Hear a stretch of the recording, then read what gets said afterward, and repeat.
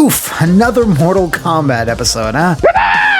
For a franchise that's been going strong for 30 years, it sure has plenty of gore-covered skeletons in its closet. Fighting games in general are just dripping with the juice, and if you're thirsty for more, allow me to quench that with Triple KO. It's a weekly fighting game podcast that Maximilian, Justin Wong, and myself started a while back, where we cover individual games, franchises, dream rosters, and a bunch of other topics that are all downright fierce. Every Tuesday on YouTube, you can check out a video version of that week's episode, or download an audio version wherever fine podcasts are sold. We've been having a blast making the show over the last 2 months, so if you're looking for the answer that lies in the heart of battle, check out the link in the description below. With that said, let's get to talking about falling into pits again and again and again. Mortal Kombat Mythologies Sub-Zero was one of, if not the earliest attempt by Midway to transition into blockbuster exclusives for home consoles, and of course they chose to start with their biggest franchise. 1997 was shaping up to be one of the busiest times MK had ever seen, with a new movie, an upcoming live-action TV show courtesy of Crazy Grunkle Larry, and of course MK4 and today's oh-so-memorable subject. It was planned to be the first of many titles that would dive deep into the backgrounds and histories of our favorite combatants. A downside of this shotgun approach is when all of your projects need to release more or less at the same time, none of them will be able to get the attention and care they truly need. MK4 saw a downtrend in profits and reviews compared to 2 and 3, Annihilation was such an embarrassing mess that I covered it before, and Mythologies, well, you're watching its episode right now. It's the story of a small team who hadn't worked on anything other than arcade quarter munchers, but were expected to deliver a longer and richer home console experience with the combined powers of limited time, resources, and money. So grab your healing herbs and spinal cords, it's time to find out what happened to Mortal Kombat Mythologies Sub-Zero. While MK3 and Ultimate MK3 were big hits in the arcade, the industry was starting to focus on the home space alongside the rise of 3D-capable consoles, and the MK staff were taking notice. And with Midway moving away from their arcade bread and butter, it just made sense to give a single-player Mortal Kombat spin-off a shot. A small team headed up by John Tobias would work on producing a console-exclusive combat game that would serve to expand MK as the world's narrative began to move beyond the trappings of Shang Tsung and Shao Kahn to the greener pastures of Quan Chi and Shinnok. One of the new members of this team was Joshua Sway, a young graphical artist who had cut his teeth on arcade sports titles like NHL Open Ice, loaning his appearance to Sub-Zero and Liu Kang in MK2 and MK4 respectively, and finally worked on my personal favorite, WWF WrestleMania. He was kind enough to answer some questions and shed some light on some of the myths of mythologies. To start off, why even attempt this game in the first place? A lot of it was the team's desire to stretch their legs beyond arcade games. We saw big titles like Tomb Raider and Metal Gear out there, and thinking how CD-ROMs can really open up some interesting concepts. Tobias came from comic books before video games, and he's a great storyteller, so I think he really wanted to explore the medium some more. Also, at the time, Midway was dipping their toes into home games, but mainly with ports of the arcade games. I think they saw this as a safe bet to try out. And it was, given that Mortal Kombat had been crossing over into other mediums, with a successful movie, novels, action figures, and an extensive line of comic books. And since John Tobias was the story guy, he relished the opportunity to continue building on MK's lore. The first thing the team needed to figure out was what platforms they wanted to target, with the time they had given to them, which wasn't a lot, by the way, roughly 14 months according to the game's official website. A pittance given that this was the team's first action-adventure game and on new hardware to boot. The PlayStation was the market leader by this point, and since the team were jazzed to utilize the capacity of the mighty CD-ROM, it was an obvious choice, with the second one being the Nintendo 64. Josh said he recalled that there were talks of a PC port support internally, but is unsure where or how those talks ended up. According to him, Saturn was never even on the table either. I mentioned before that this game's team was small, but just how small we talking? Excluding the FMV cutscene crew, the principal development was done by just 7 people, with Dan Toasty Forden pulling double duty on both this and MK4's soundtrack. So while the main Mortal Kombat team were running tests on Midway's new 3D-capable Zeus arcade board, John Tobias started piecing together the storyline for both Mythologies and MK4, which were meant to intersect and link together according to Josh. It's likely that MKM was written first, and then parts were retrofitted for MK4. The 2 levels I worked on for MK4 were variations from MKM, so that was the connective tissue between the 2 games. This was also confirmed by Ed Boon himself in the August 1997 issue of GamePro.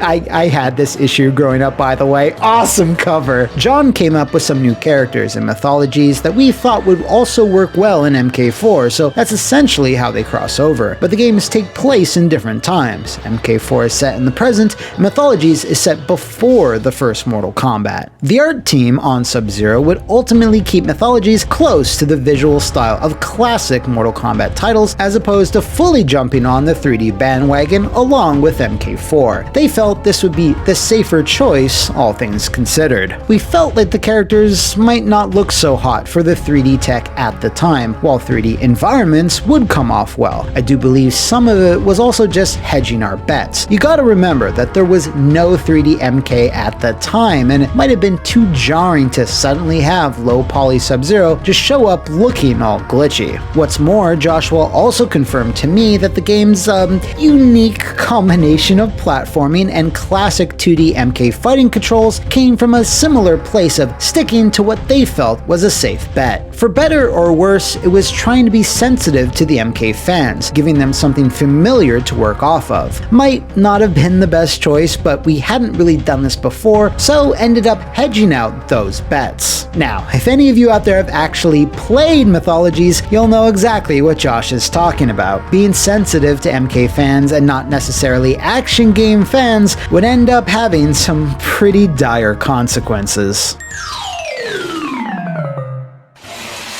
The fact is, taking the limited character controls of a fighting game and just adding platforming, key hunting, trap dodging, and multi-enemy encounters on top of it is maybe not the most reliable way to craft a great action platformer. Since all the Mythologies' attack options are performed with the face buttons, that left none for jumping, so that was relegated to up on the D-pad, you know, like a fighting game. Special moves were similarly traditional in that they required Sub-Zero to be facing the correct direction while the input was performed. Given the nature of the game, the team ended up adding a switch direction button just to spin Sub-Zero around. Now, just think about Mario or Contra or hell, even goddamn Skeleton Warriors. Mythologies plays like none of them and also plays considerably worse. It just wasn't a very elegant system, especially when Sub-Zero is accosted by multiple enemies or traps because he can rarely turn around in time to react. The 2D nature of the gameplay and the 3D elements in the environment also created some uncertainty when it came to platforming. Alright, so we've got more of this windmill bullshit, okay, with the rotating wooden stick thing. Alright. Hell, here's a clip of Josh himself in 1997 explaining the trick to succeeding in the game's infamous second level. Now the secret of jumping from windmill to windmill is to jump earlier than you think you need to, right now. As it turns out, this decision to cater primarily to Mortal Kombat fans sent ripples throughout the game's general design. Even though Sub-Zero gained new abilities and attacks, the most basic of enemies could drain his health in seconds flat or send him into a bottomless...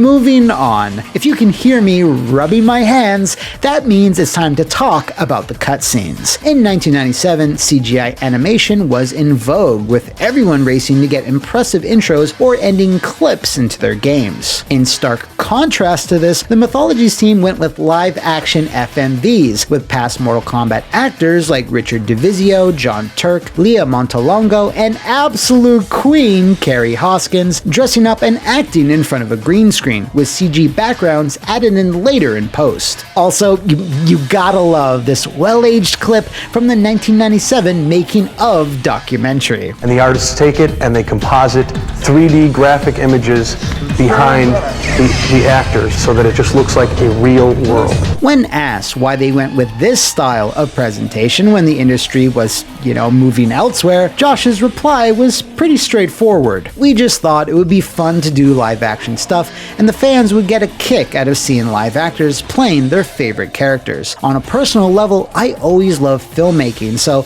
this was a great chance to have some fun and do something different from our normal arcade games. Making the cutscenes in this way also apparently saved them a lot of time, as the combined filming and post-production period took only about a month from start to finish. Sure, they look a little rough around the edges and the sound mixing isn't the best, as well as all the souls in this entire realm. but it worked for their tight 14-month deadline. Mythologies was slated to release on PS1 in October of 1997, with MK4 following around 2 weeks later in the arcades. The N64 release for Mythologies would slip to December, where it would sadly release without the live-action cutscenes due to the limited storage available on N64 carts. Would have been dope if they remade all the cutscenes with in-game assets, kinda like the legendary endings of the cart-powered version of MK4. Unfortunately, neither version fared very well with critics, with game rankings pegging the PlayStation and N64 versions at 53 and 45 averages respectively. Many reviewers cited the sluggish controls and frustrating platforming sections as the main negatives, with some even admonishing the FMV cutscenes as being too cheesy to be enjoyable, which is simply not true. Goodbye, Ninja. No one knows what it's like. The years after Mythologies' release, however, have kind of been mostly harsher, with numerous publications giving it dubious awards like the worst video game spin-off of all time, which is incredibly insulting considering Mortal Kombat Special Forces and Soul Calibur Legends are right there! If you go back to the forums of yore, you can still find players frustrated at the game's mechanics, and even to this day, among casual players, it still regularly manages to frustrate. What? Oh, God. Despite this lackluster critical reception, the game was actually a big hit for Midway, with Josh chiming in once more. I don't know exact lifetime sales, but it was one of the highest selling games that year. It did extremely well, even to the point where we won some sales awards at E3 from PlayStation. Obviously, the game hasn't aged well, but it was a hit at the time. While specific sales data for the game is unfortunately not available, Midway cited Sub-Zero as one of their best-selling games in both the quarter and year of release, according to their SEC filings. This success, of course, then led to the greenlighting of the aforementioned Mortal Kombat Special Forces, which you can find out about in this video right here. This is absolutely one of those cases where the team had a great idea, was passionate about executing it, but was inexperienced and saddled with too tight a deadline, resulting in some less than ideal design choices. Fortunately, Josh doesn't view his time working on the game in a negative light at all, and seemed to have a great time working on such an ambitious idea. We were kind of the big experiment for Midway Chicago HQ to work on an original home title. Arcade games were very small in scope, so the team really were excited to do something on a larger scale and play with different formats such as 3D characters and levels, cinematics, etc. because suddenly we had the CD-ROM storage capacity. Was it a great game? No, but it did its job and we had a ton of fun working on it, and it started the idea of opening up the lore of MK. And open up the lore of MK, it absolutely did. This template led to the various conquest modes you saw throughout the 2000s, and of course, Mortal Kombat Shaolin Monks, the ultimate culmination of the idea. So even though the team stumbled a bit along the way, they at least didn't trip and into the dustbin of history. Thanks again to Josh for adding a lot of valuable insight to this episode. And if you want to learn more Midway lore, I suggest you check out his documentary Insert Coin, which chronicles Midway's meteoric rise in the arcades throughout the glorious 1990s. It's a great watch, so check out the link in the description below. And if you out there know of any other slippery Sub-Zero spin-offs, let me know in the comments below, over on my Twitter, or slide into the Flophouse VIP Patreon and become a big boss and nominate what's coming up. See you next time, and thanks for watching!